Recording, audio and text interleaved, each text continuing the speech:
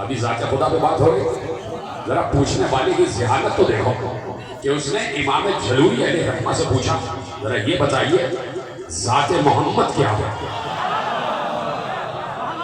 کیسے بولے آپ؟ خدا سلامت رکھے آپ کو. اسی طرح آپ ہنستے بولتے رہے تاکہ پتہ چلے کہ عارفان مصطفیٰ بیٹھے ہیں، مصطفیٰ کی معرفت رکھنے والے بیٹھے ہیں. اس نے کہا کہ یہ بتائیے ذات محمد کیا ہے اور علم محمد کیا ہے؟ کون بتائے کہ ذات محمد کیا ہے؟ کون بتائے کہ علم محمد کیا ہے؟ اسی لیے میں کہتا ہوں کہ اہل سنت و اہل تشیع میں کوئی فرق نہیں ہے، عقیدہ سب کا ایک ہے. جو بیچ میں بد عقیدہ آ جاتے ہیں انہیں مردود کہہ دینا چاہیے. شیطان سب سے بڑا بد عقیدہ تھا، اللہ نے بد عقیدہ کو بزم آدم میں بیٹھنے نہیں دیا. نکل جا، صبح میں جملے کہہ چکا. تو اب جو عقیدہ ہے وہ سنا. امام جلوی علیہ رحمہ کہتے ہیں کہ پوچھا گیا کہ ذات محمد کیا ہے اور علم محمد کیا ہے؟ ذات محمد کیا ہے اور علم محمد کیا ہے؟ اب جواب جانے اور امام جلوی جانے. میں تو صرف کوٹ کر رہا ہوں کہ انہوں نے کہاں سے بات کی اور دلیل انہوں نے قرآن سے دی. سننے کے لیے تیار ہیں؟ اور یہ ساری داد آپ کی جائے گی امام جلوی تک، امام اہل سنت تک. انہوں نے کہا ذات محمد عین ذات خدا ہے. جی سلامت رہے. ایسے میرے نوجوان دوست باتیں کرتے جائیں کہ ذات محمد عین ذات خدا ہے اور علم محمد عین علم خدا ہے. ذات محمد عین ذات خدا ہے اور علم محمد عین علم خدا ہے. یعنی ذات محمد ذات خدا، علم محمد علم خدا. اور ذات خدا کیا ہے؟ علم. تو جو ذات خدا ہے وہی ذات محمد. پوچھنے والا پریشان ہو گیا یہ کیا بات کہہ دی، یہ کیا بات کہہ دی؟ کہاں اللہ اور کہاں بندہ، کہاں اس کی ذات اور کہاں مخلوق اول کی ذات، کہاں اس کا نور اور کہاں مصطفیٰ کا نور. تو انہوں نے کہا کہ میرے پاس دلیل قرآن سے موجود ہے. اب توجہ رکھیے گا، سارے انسان جتنے آدمی بیٹھے سب مسلمان بیٹھے اور سب تک جملہ پہنچ جائے. دوبارہ جملہ دہراتا ہوں. انہوں نے کہا ذات محمد ذات خدا، علم محمد علم خدا. پوچھنے والا پریشان ہوا. امام جلوی نے اس کے چہرے کے تحیر کو پہچانا اور فوراً اس کی حیرانی کو ختم کیا. کیا تو نے قرآن میں یہ آیت نہیں پڑھی ما رمیت اذ رمیت ولکن اللہ رما؟ اے نبی یہ پتھر تم نے نہیں پھینکے، یہ ہم نے پھینکے ہیں. ابھی تو میں نے کچھ کہا ہی نہیں جو میں کہنے جا رہا ہوں. آخری آدمی تک، یہاں سے لے کے آخری تک، میری ماں بہنیں بھی سنیں، میرے بھائی بھی سنیں، میرے برادران بھی سنیں.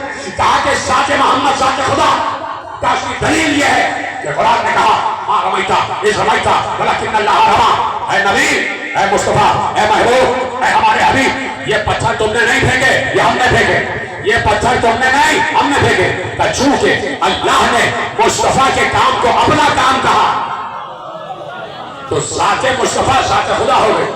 اور اسی طرح اللہ نے کہا اے نبی یہ جو لوگ آپ کے ہاتھ پر بیعت کرنے آتے ہیں یہ آپ کے ہاتھ پر بیعت نہیں کر رہے، یہ ہمارے ہاتھ پر بیعت کر رہے ہیں. میں بھی چپ ہو جاتا ہوں. اتنا آسان جملہ اور آپ خاموش ہو گئے. اے نبی، قرآن کہہ رہا ہے اے نبی یہ لوگ آپ کے پاس بیعت کرنے آتے ہیں آپ کے ہاتھ پر. یہ آپ کے ہاتھ پر بیعت نہیں کر رہے، یہ ہمارے ہاتھ پر بیعت کر رہے ہیں. یہ ہمارے ہاتھ پر بیعت کر رہے ہیں، یہ ہمارے ہاتھ پر بیعت کر رہے ہیں. ذرا مجھے بتاؤ تو اللہ کے ہاتھ کو کہتے کیا ہیں؟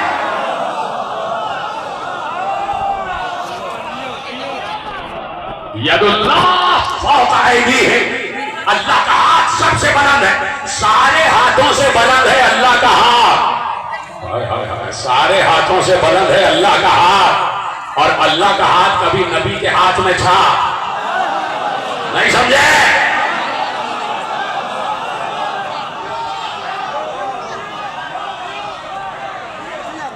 ید اللہ فوق ایدیہم. روک رہا ہوں میں، بات طے ہو گئی. اگر محمد ابن یعقوب کلینی لکھتے یا شیخ صدوق لکھتے یا شیخ دوسری لکھتے یا شیخ تبریزی لکھتے یا علامہ مجلسی لکھتے یا علامہ ہلی لکھتے یا علامہ تقی مجلسی لکھتے تو شاید میں نہ پڑھتا. لیکن امام جلوی نے لکھا، عالم اہل سنت نے لکھا ہے تو میں نے پڑھا کہ ذات محمد ذات خدا، علم محمد علم خدا. کیوں؟ اس لیے کہ مصطفیٰ کے کام کو اللہ اپنا کام کہہ رہا ہے. بات آ گئی؟ تو نتیجہ کیا نکلا؟ جس کے کام کو اللہ اپنا کام کہہ دے اس کی ذات ذات خدا ہو جاتی ہے۔ ہاں میں دیکھ رہا ہوں کون کون پہنچا، نہیں پہنچے تو پہنچاتا ہوں۔ نتیجہ کیا نکلا؟ اگر کسی کے کام کو خدا اپنا کام کہہ دے تو اس کی ذات ذات خدا ہو جاتی ہے، اس کی ذات ذات خدا ہو جاتی ہے۔ میں امام جلوی سے بڑے احترام اور ادب کے ساتھ شکریہ ادا کروں گا کہ شکریہ آپ کا کہ آپ نے یہ بات کہہ دی کہ اگر اللہ کسی کے کام کو اپنا کام کہے تو اس کی ذات ذات خدا ہو جاتی ہے، اس کی ذات ذات خدا ہو جاتی ہے۔ تو میں کہوں گا یہیں پہ روکے رہیے گا، صرف یہ کام چھوڑی کہ تم نے کنکر نہیں پھینکے، ہم نے پھینکے ہیں۔ ایک بار اللہ نے کہا تھا اے ہمارے محبوب ہم نے تمہیں یتیم پایا تو ہم نے پرورش کی۔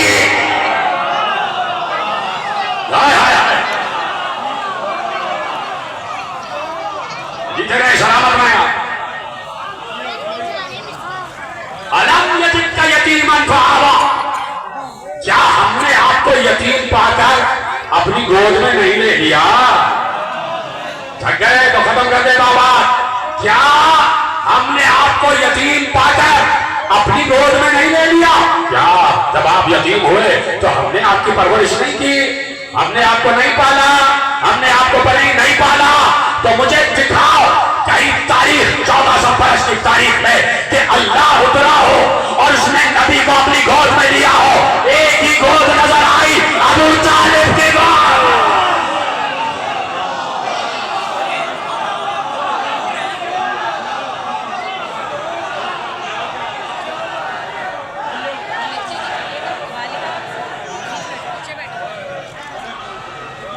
توجہ فرمایا، ایک ہی آغوش، اللہ اکبر، پال رہے ہیں ابو طالب۔ اللہ کہہ رہا میں نے پالا، تو اب آپ بتا دیجئے گا ذات ابو طالب کیا ہوئی؟ جتنے میرے نوجوان دوست ان کے ہاتھ بلند ہو گئے، تو اب آپ بتائیے ذات ابو طالب کیا ہے؟ ذات ابو طالب کیا ہے؟ پیغمبر جس آغوش میں نہیں، پیغمبر جس آغوش میں پرورش پائے نہیں، پیغمبریت جس آغوش میں پرورش پائے، نبوت جس آغوش میں پرورش پائے، رسالت جس گود میں پروان چڑھے، اسے کہتے ہیں ابو طالب۔ ابو طالب، ابھی لفظ ابو طالب پر غور کیا کسی نے؟ یہ ابو طالب لفظ جو ہے نا، یہ حقیقی لفظ ہے، یہ صفت ہے، نام نہیں ہے۔ یہ صفت ہے، نام نہیں ہے۔ جیسے ابو الفاضل صفت ہے، حضرت عباس کے ایک بیٹے کا نام فضل تھا، وہ بات ٹھیک ہے، لیکن علماء نے لکھا کہ عباس کے فضائل اتنے ہیں کہ عباس ابو الفضل ہے۔ ابو الفضائل فضیلتوں کا باپ ہے عباس۔ اسی طرح کیا علی کے کسی بیٹے کا نام تراب تھا؟ بات کہہ بھی چکا، آپ پیچھے رہ گئے۔ تو علی کا لقب ابو تراب کیوں ہے؟ تو دیکھنا پڑے گا، جہاں جہاں خلقت کی اساس ہے اسے علی کہتے ہیں۔ جو سمجھا اس کو میرا سلام۔ بھائی سارے انسان بنے تو مٹی سے ہیں، اور رسول کہہ رہے یہ انسانوں کی بنیاد ہے، یہ مٹی کا باپ ہے۔ اب جو باپ کے فضائل پہ منہ ٹیڑھا کر لے تو مجھے نہیں پتا اسے کیا کہتے ہیں۔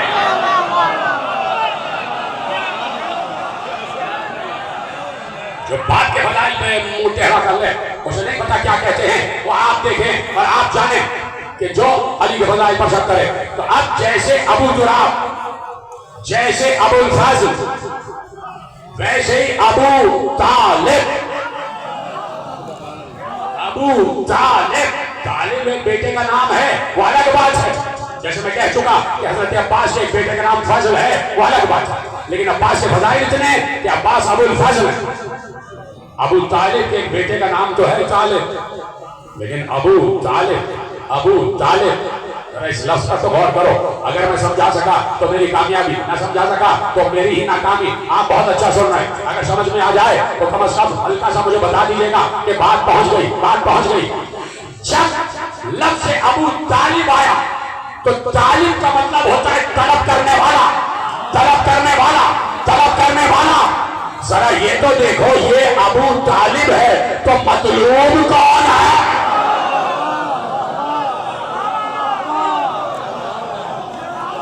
یہ سلامت رہے گا، یہ طالب ہے تو مطلوب کون ہے؟ مطلوب کون ہے؟ کسے طلب کر رہا ہے؟ کسے طلب کر رہا ہے؟ تو یہ ہے ابو طالب کہ جس کے لیے کہہ دیا کہ ہم نے تمہیں پالا، ہم نے تمہاری پرورش کی اور کی ہے ابو طالب۔ تو ذات ابو طالب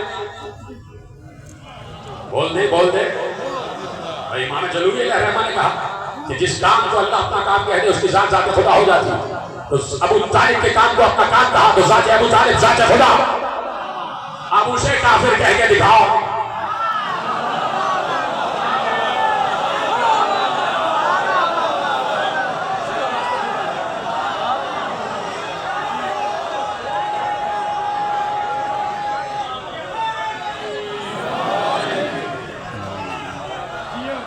توجہ فرمائی۔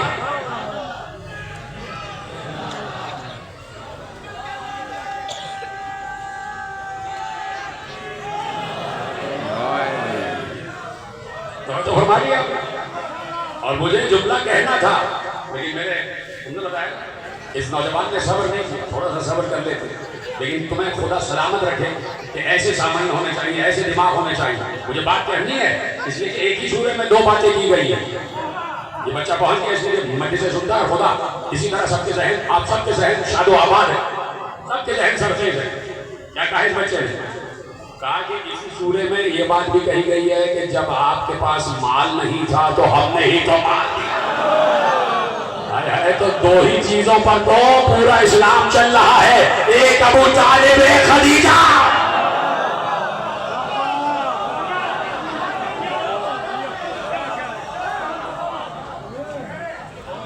وجدک عائلا فاغنا، ہم نے آپ کو مفلس پایا۔ ترجمہ سن لینا اور میں صرف ترجمہ کروں گا، صرف ترجمہ کروں گا۔ اللہ کہہ رہا ہے ہم نے آپ کو بنایا، کیا بنایا؟ اب دیکھ لینا ترجمہ، اب جیسے چاہنا سمجھ لینا اور سمجھنا تمہارا کام، ذہین انسان بیٹھے سارے۔ کہا ہم نے آپ کو مفلس پایا تو ہم نے آپ کو غنی کیا۔ مصطفیٰ اللہ کا بنایا ہوا غنی ہے۔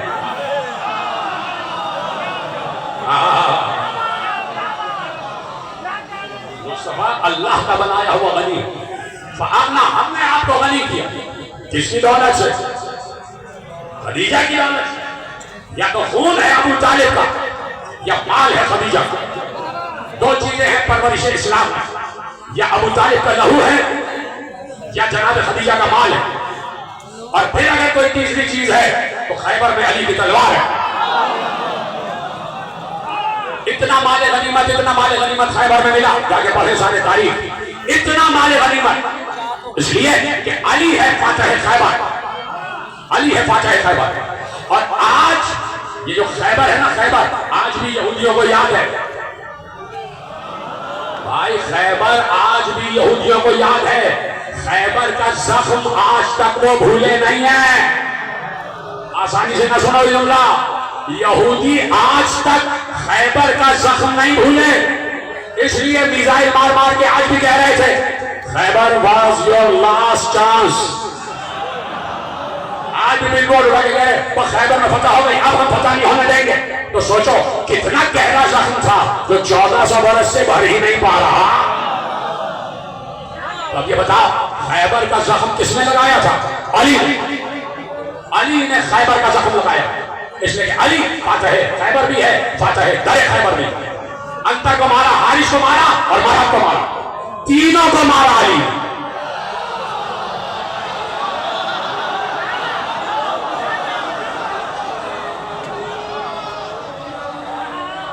تینوں بھائیوں کو مارا علی، مرحب، انتر، حارث، اور علی کی تلوار چل رہی ہے اور علی نے تینوں کو قتل کیا۔ خیبر کا در اٹھانا، جا کے پڑھو، جا کے شاہ عبد اللہ محدث ذہنی نے بھی لکھا ہے، بات سب کر دی میں نے، انہوں نے بھی لکھا ہے کہ خیبر کا در اتنا آسان نہیں تھا، یہ چھوٹے موٹے پتہ نہیں دکانوں کی تصویریں لگا کے کہ یہ تھا خیبر کا در۔ چھوٹے چھوٹے دروازے. اچھا جس کے گھر کے دروازے چھوٹے ہوتے ہیں نا اس کے گھر کے بچوں کا کچھ پتا نہیں ہوتا کس کے ہیں.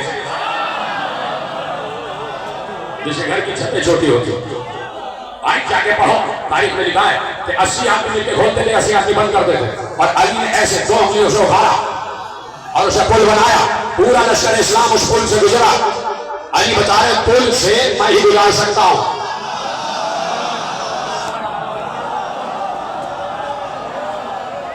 علی نے ان کے کیپٹل پر حملہ کیا اور سارا کیپٹل تباہ کیا. یہودیوں کا کیپٹل تھا خیبر اور ان کا سارا کیپٹل بھی کیپٹل میں تھا. ساری دولت کو کیپٹل کہتے ہیں, ساری دولت خیبر میں جمع تھی اور علی نے اس ذخیرے کو تہس نہس کر دیا. اور اتنا بچا کہ سب کے گھر کے چولہوں سے دھواں نکلنا شروع ہو گیا. سب کے گھر کے چولہے جلے, سب نے پیٹ بھر کے کھانا کھایا اور سب کو غنی کر دیا اللہ نے. اتنا علی نے مارا خیبر میں. اب سوچئے جس نے نقصان پہنچایا اسی کے تو خلاف ہوتے ہیں سب. خدا کا خاصا کوئی ایسا ہو کہ 2 لڑ رہے اور دوسرا جو ہے اس کے گھر پہ حملہ کر دے, اس کے گھر کو تہس نہس کر دے.